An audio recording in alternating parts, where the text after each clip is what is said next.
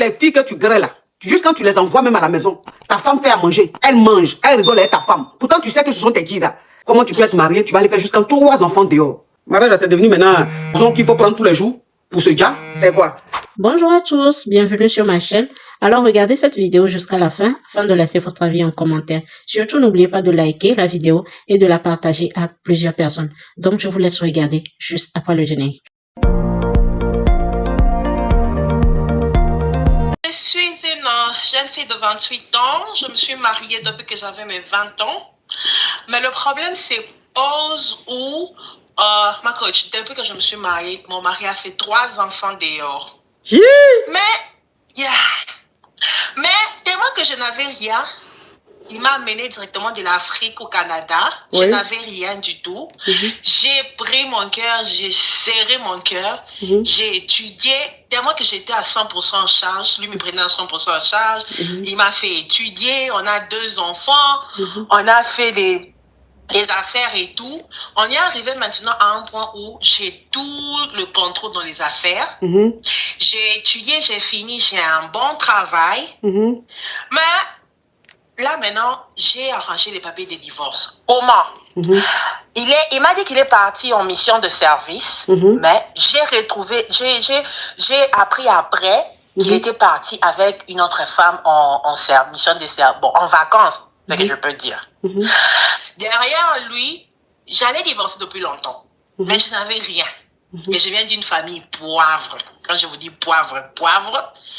Derrière lui, j'ai arrangé les papiers de divorce. On a 2 enfants, tout. Quand il est revenu, je vais essayer de lui demander comment ça s'est passé la mission là-bas. Oh non, ça s'est bien passé, voilà. Vu qu'il mentait, je lui ai donné les papiers de divorce. Ma coach, il est tombé. Il n'avait pas vu ça venir. Il est tombé, on est allé à l'hôpital, tout. Là, maintenant, j'ai la famille qui me demande de rester. Et ma coach, je ne sais pas quoi faire. Mais toi, tu veux divorcer, pourquoi? Parce qu'il a eu 3 enfants dehors, c'est ça? Ma coach, il m'a trompé plusieurs fois, oui. Mais je pouvais pas réagir. Parce que tu n'avais rien en ce moment. Je n'avais rien. Je dépendais complètement de lui et tout. En plus, ce n'est pas quelqu'un qui s'excuse. Il ment. Oh, non. Une fois même, il m'a trompé avec son ami de travail, mais il a amené l'ami de travail ici, j'ai préparé et tout. Mais c'était sa cheese. Mais j'ai fermé ça mon cœur parce que je me disais, dans un pays comme ça, je viens d'arriver, je ne sais ni par où commencer. Et là, j'ai mon doctorat, j'ai fait l'effort, j'ai fini. Donc, si je pars maintenant, j'aurai plus que de la moitié de tout. C'est bien sûr. Parce qu'on a 2 enfants. Et on est légalement mariés. Et là, la famille me supplie, non, il ne faut pas faire ça et tout. Mais je suis tellement blessée pendant des années, mais je ne pouvais pas partir parce que je n'avais rien. Et maintenant, je ne sais pas. Là, maintenant, je suis dans une phase où je ne sais pas. Tu as un amant? Tu as un amant? Non. D'accord. Ok. Donc, c'est quoi ta question? Que je poursuive avec ma démarche de divorce, parce que là, il était vraiment à l'hôpital, il n'avait pas vu ça venir. Il n'avait pas vu. S'il avait au moins changé, je pouvais laisser. Mais à peine la semaine passée, il est allé en vacances avec une de ses cheese. Il m'a dit que c'est pour la mission de service. Donc, c'est un peu ça. Que je poursuive avec les divorces ou bien que je laisse. Ma chérie, oui. Tu as trop supporté, tu as trop pleuré. Ton cœur est trop monté, descendu. Il est temps pour toi maintenant de prendre des vacances, de profiter de la vie. Tu comprends? Voilà. Parce qu'il y a des infidélités là. Ou même ça, c'est plus infidélité, c'est sorcellerie. Comment tu peux être marié, tu vas aller faire jusqu'à 3 enfants dehors. Toutes les filles avec qui tu grêles là, tu les envoies à la maison. Toutes les filles que tu grêles là, juste quand tu les envoies même à la maison, ta femme fait à manger, elle mange, elle rigole avec ta femme. Pourtant, tu sais que ce sont tes guises. C'est quel niveau de foutaise ça?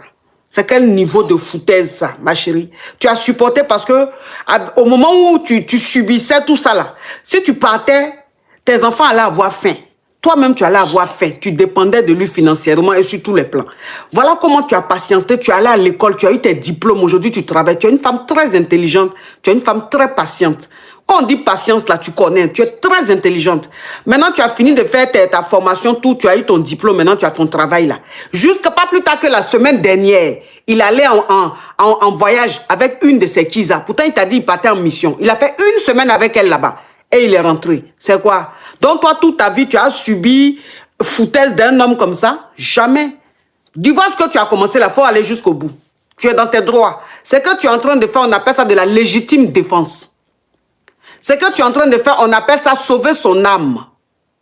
Tu comprends? Maintenant, les hommes yougos, malos, qui font ça aux femmes et qui pensent qu'on doit supporter là. S'ils veulent, n'ont qu'à m'insulter. De toute façon, je suis habitué. Je suis habitué aux polémiques, je suis habitué aux injures. Mais ça glisse sur ma peau. C'est ce qui fait même que ma peau brille. Comme ça, on dirait du diamant. Donc, si vous voulez là, prenez ça. Insultez-moi où vous voulez. Je suis habitué. Vous me connaissez. Vous ne m'aimez pas, mais vous me supportez. Je suis comme de l'eau. Vous me buvez tous les jours. Même si je sais parfois votre gorge. Ce que tu es en train de faire, tu es dans tes droits. Tu continues jusqu'au divorce. Tu divorces. Voilà. Il n'a qu'à se démerder à ces nombreuses femmes dehors. Tu ne vas pas venir ramasser toute cette merde-là. Lui, il va faire beaucoup. Il va faire équipe de football dehors. C'est toi qui as t'occupé de tout ça. Vous avez quel bien même, quelle réalisation. Et puis, il va faire beaucoup d'enfants dehors. Finalement, même tes enfants ne vont pas profiter de quelque chose. C'est quoi ces choses comme ça? Il faut gagner temps, ma chérie. Et je pense que les excuses sont fausses parce qu'il sait que si je pars, on va partager la compagnie qu'on a construite ensemble en deux. Oui. C'est ça. C'est bien fait pour lui. Qu'un homme ne réfléchit pas, et puis c'est ces testos seulement qui sont dans son cerveau là. C'est bien fait. Il va prendre les pots cassés.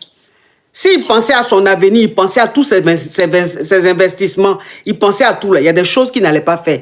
Mais s'il ne réfléchit pas, c'est que c'est un inconscient. Donc ce qui va suivre là, il va assumer. Quand vous allez divorcer et qu'il n'aura plus les moyens qu'il a là, on va voir si ses nombreuses copines vont le suivre encore. On va voir si celles qui sont sur lui, ils pensent qu'il est trop beau là. On va voir si elles vont le regarder encore. Ma chérie, s'il te plaît, tu as besoin de liberté. Tu as besoin de vivre ta vie. Tu vas pas rester tout le temps. Depuis combien d'années tu es avec ce monsieur-là, tu traverses la vie, tu ne vis même pas. C'est quoi? Toi, tu es venu sur terre pour subir comme ça. Faut te libérer. Ceux qui veulent n'ont qu'à dire tu es ingrate. Ça, c'est leur problème. Merci beaucoup, ma coach. Merci. C'est quoi?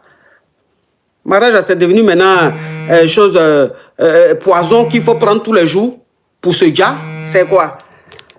Toi, tu vas avoir des maîtresses juste quand tu les amènes à la maison. Juste quand tu fais enfant dehors. Et tu ne te gênes pas. Tu sors avec une, tu l'enceintes. Tu sors avec une, tu l'enceintes. C'est quoi? Tu es une très bonne mère. Merci. J'aime les mamans comme ça, là, les mamans qui mettent leurs enfants avant. Les enfants passent toujours avant l'homme. Je suis avec mon chéri, ça fait 7 mois. Et mon chéri me demande de venir vivre avec lui. Oui. Parce qu'on a 45 minutes l'un de l'autre. Maintenant, je vis avec ma fille de 18 ans. Ma fille, cette année, ça fait une année, elle a laissé les études après son bac. Et là, elle travaille. Elle vit avec moi. Maintenant, je ne sais pas comment faire. J'ai l'appartement, mais je la loue. Mais mon chéri, il a une maison qu'il a déjà achetée. Sauf que je ne sais pas comment je vais faire avec ma fille. J'ai déjà perdu une autre relation comme ça. Et j'ai peur de perdre cette relation-là. Tu as déjà perdu une autre relation comme ça, c'est-à-dire, en quoi ta fille était un frein à ta relation? En fait, je voulais que ma fille ait son bac parce que la personne voulait que je vienne vivre avec lui. Il était aussi à 1 heure de chez moi. Et je lui ai dit de laisser que ma fille finisse sa dernière année. Et lui m'a proposé de mettre ma fille à l'internat. Et comme ça, tous les week-ends, on venait la chercher. Et je lui ai dit non, laisse-la finir sa dernière année. Comme ça, elle serait étudiante. Comme ça, je pourrais venir vivre chez toi. Oui. étant à l'université, elle va avoir son studio et tout. Oui. Donc, la personne n'a pas pu supporter et on s'est séparés. Maintenant, elle a eu son bac, sauf que cette année, elle a pris une année sabbatique, c'est ce qu'on dit, Oui. et elle travaille. Et ce dernier aussi que j'ai rencontré l'été dernier, il me demande de venir vivre avec lui. Et je lui ai dit de me laisser du temps jusqu'à avril. Mais même avril, même que je dis là, je ne sais pas comment je vais faire. C'est pour ça que je t'appelle aujourd'hui pour te demander conseil. Qu'est-ce qui t'empêche d'aller vivre avec lui en avril? Ben, je me dis, si je laisse ma fille dans l'appartement, est-ce qu'elle pourra payer ou je vais payer moitié malgré qu'elle travaille? Elle a quand même un bon petit salaire, mais je ne sais pas comment faire. C'est ça. Sinon, ma fille, il n'y a aucun problème. Je ne lui ai pas encore en parlé. Je voulais d'abord t'appeler toi pour me dire ce que je dois faire. Ok. D'accord. Donc, si je comprends bien, tu ne veux pas aller avec ta fille dans ton nouveau foyer. J'aurais bien voulu aller avec elle, mais ma fille n'aime pas la campagne. Ma fille aime la ville. La ville, ok. Je comprends. Ok, je comprends. Alors, il faut que tu saches que tu es une très bonne mère. Merci. Tu es une très, très bonne mère. C'est-à-dire qu'une mère qui met son enfant avant sa relation amoureuse, c'est une très bonne mère. Merci. Une mère qui met sa relation avant ses enfants, c'est une mauvaise mère. Voilà. Donc ça, tu as à féliciter. Tu es une très bonne mère. Tu vois, tu t'es sacrifiée pour l'avenir de ton enfant. Aujourd'hui, elle a le bac. Elle est grande. Elle travaille. Elle a pris une année sabbatique pour travailler. L'appartement dans lequel tu es, tu ne veux pas libérer pour laisser ta fille dedans parce que c'est une grande aujourd'hui. Elle peut se défendre. Moi, ce que je te conseillerais, c'est de laisser l'appartement avec ta fille. Et ensemble, il faut parler avec ta fille. Comme elle travaille, vois avec ta fille si elle peut payer moitié, toi tu payes moitié. Si tu avais plus les moyens, tu allais payer. Si aujourd'hui tu parles comme ça, c'est que tu n'as pas les moyens de payer l'appartement et peut-être avoir aussi des charges là où tu vas. C'est pour ça que tu parles comme ça. Mais vu que tu es une très bonne mère, si tu avais les moyens, tu allais même payer l'appartement là tous les mois et laisser ta fille dedans. C'est ça. Ça, j'ai compris ça. Donc, parle avec ta fille comme elle a un boulot. Parle avec elle. Comme ça, elle va te dire, maman, moi, je peux donner 5 €. Maman, je peux donner 300 €. Maman, je peux donner 400 €. Toi, maintenant, vous vous entendez.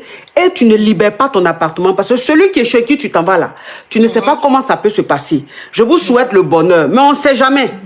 Donc, au moins, tu as ta maison, tu as ton appartement qui est là. Demain, s'il y a quelque chose qui ne va pas, tu sais que tu peux retourner chez toi.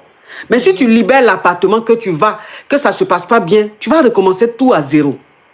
Donc, parle avec ta fille et ensemble, trouver une solution pour payer l'appartement. Maintenant, toi, quand tu vas aller vivre chez ton gars, là, chez ton chéri, là, au moins une fois par semaine, il faut rentrer à la maison. Tu vas aller voir ta fille. Tu vas voir comment ça se passe à la maison. Je travaille à côté. Ok, donc tu travailles à côté, Dieu merci. Donc à chaque fois que tu finis de travailler, passe à la maison pour voir comment ça se passe. Ou même tous les 2 jours. Tu comprends? Et tu fais comme ça, tu t'entends avec ta fille. De toute façon, tu as très bien éduqué ta fille, vu comment tu fonctionnes. Elle va bien se comporter et tu veilles sur elle. Donc tu fais la navette, tu vas un peu à la maison, tu regardes comment les choses se passent. Et puis tu es chez ton gars. En tout cas, je suis très fière de toi. C'est ce que les mamans devraient faire. Penser à leurs enfants avant de penser à nerfs. Avant de penser à nerfs. Il y a des femmes là, c'est nerfs qui est dans leur tête. Quand elles voient une nerf, c'est fini. Leurs enfants passent au second plan. Donc les enfants sont là, ils souffrent de la nouvelle relation de leur mère. Et puis elles ne regardent pas. Et elles sont avec des faux types. Donc toi, je suis très fière de toi. Merci. Courage à toi, ma chérie. Merci, que Dieu te bénisse. Amen, toi aussi. J'aime les mamans comme ça, là, les mamans qui mettent leurs enfants avant. Les enfants passent toujours avant l'homme.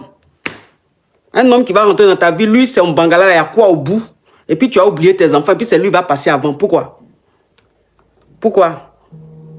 T'es un gras comme ça? Je sortais avec un sugar daddy, si je peux dire ça comme ça. Depuis début janvier, on a décidé de passer la Saint-Valentin ensemble. Ma chérie, pardon, il faut ouvrir ton gosier et puis rendre ta voix vivante, pardon. Oui, ma coach.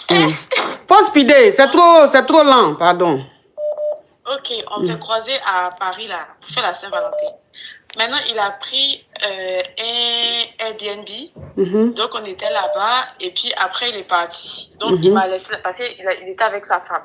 Donc, on s'est vu la journée et lui, il est parti. Donc, quand il est parti, il m'a dit, si quelqu'un vient dans le Airbnb là, il va m'attraper. Ali Zoé, thank you. Donc, moi, je me sentais seule. J'ai appelé un ami. Mon ami, il est venu. On a passé la soirée ensemble. Et moi, je suis repartie le lendemain chez ma cousine. Il n'a rien dit. 2 jours, il m'a pas écrit. Il m'a pris le Uber, le billet, tout. Je suis rentrée chez ma cousine. Aujourd'hui, je l'ai écrit. Il me dit, tu as fait une faute impardonnable. Tu es venu avec un homme dans le Airbnb. Je te rappelle. Et il m'a bloqué de partout. Donc, je ne sais pas comment il a su qu'il y a quelqu'un qui était venu dans le Airbnb et puis il m'a bloqué. Pourtant, il devait m'envoyer l'argent, tout ça. Ah. Donc quoi? Ma coach, comment il peut plus le recontacter? Mais tu veux le recontacter, pourquoi? Et ma coach, il était gentil, il me donnait l'argent, il prenait soin de moi.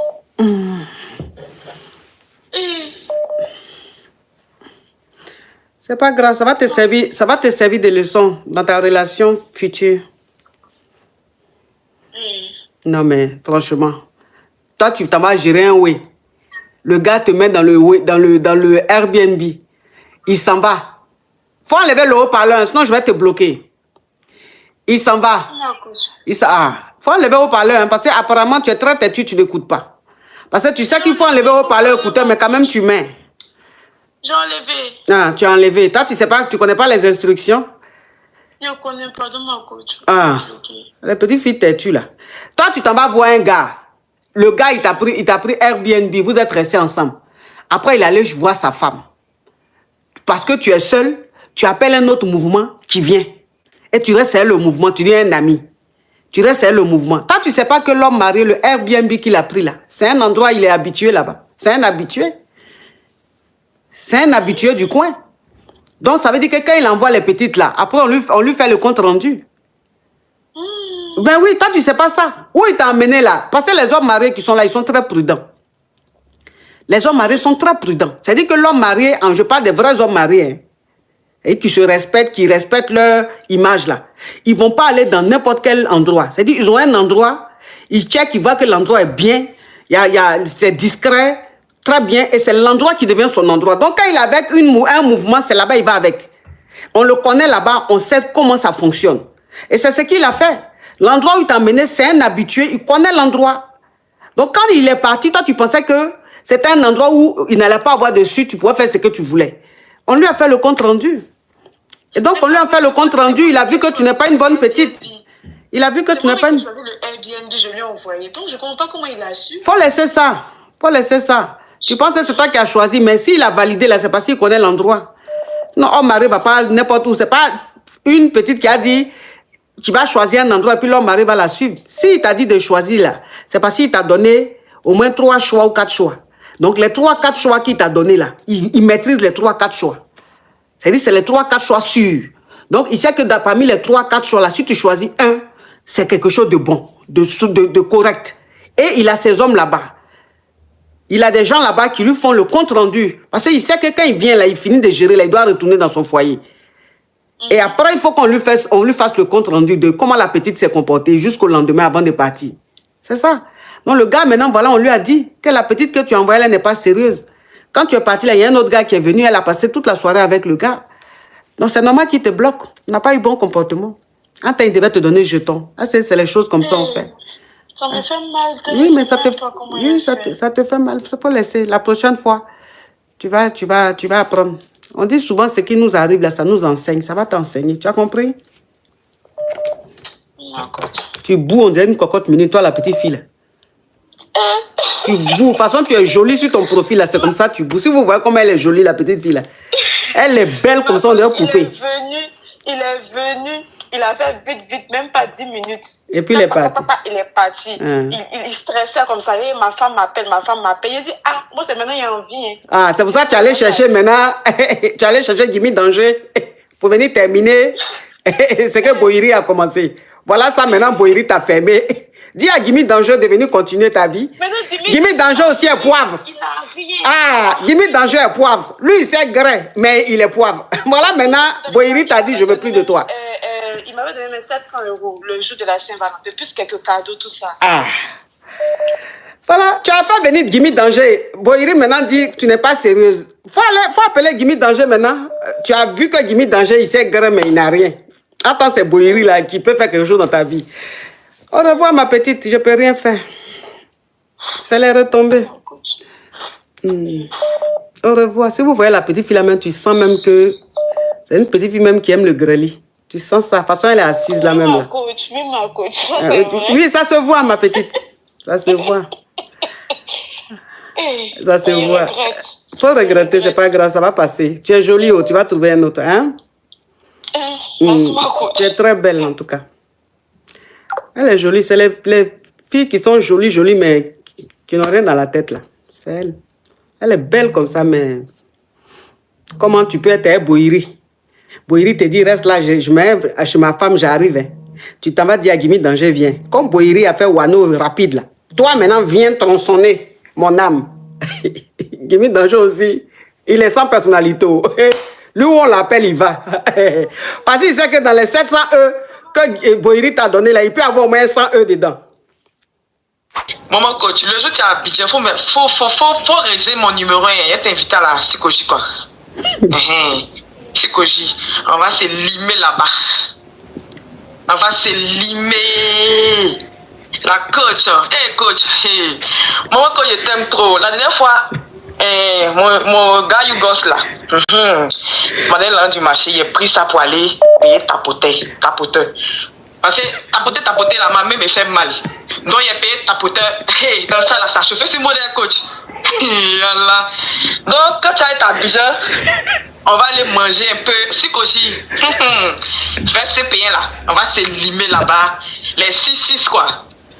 Voilà. Nous les Yougos on t'aime. On va se limer un peu. Dans les 6-6, un peu de coup. Le POC. Tu connais non? Bien farapé ça. La coach, la maman des enfants. Non, les Yougos, je sais pas. Non, mais franchement. Je t'aime la coach. Tu me gagnes, je t'aime la coach. Je t'adore. Oh, je t'adore. Allez. Ça y est, je sais. Amour des Yougos. Non, amour des Yougos. Non. On dirait montagne russe. Ça va vous. Toi-même, tu es dedans, tu dis, hey, Seigneur, qui m'a envoyé? Nous sommes arrivés à la fin de cette vidéo. Merci de l'avoir regardée. Alors, laissez votre avis en commentaire. Likez la vidéo, partagez-la à plusieurs personnes. Surtout, abonnez-vous. Et si vous aimez ce genre de contenu, activez la cloche de notification pour ne rien rater. Alors, on se retrouve à très bientôt pour une nouvelle vidéo. Merci. Bisous.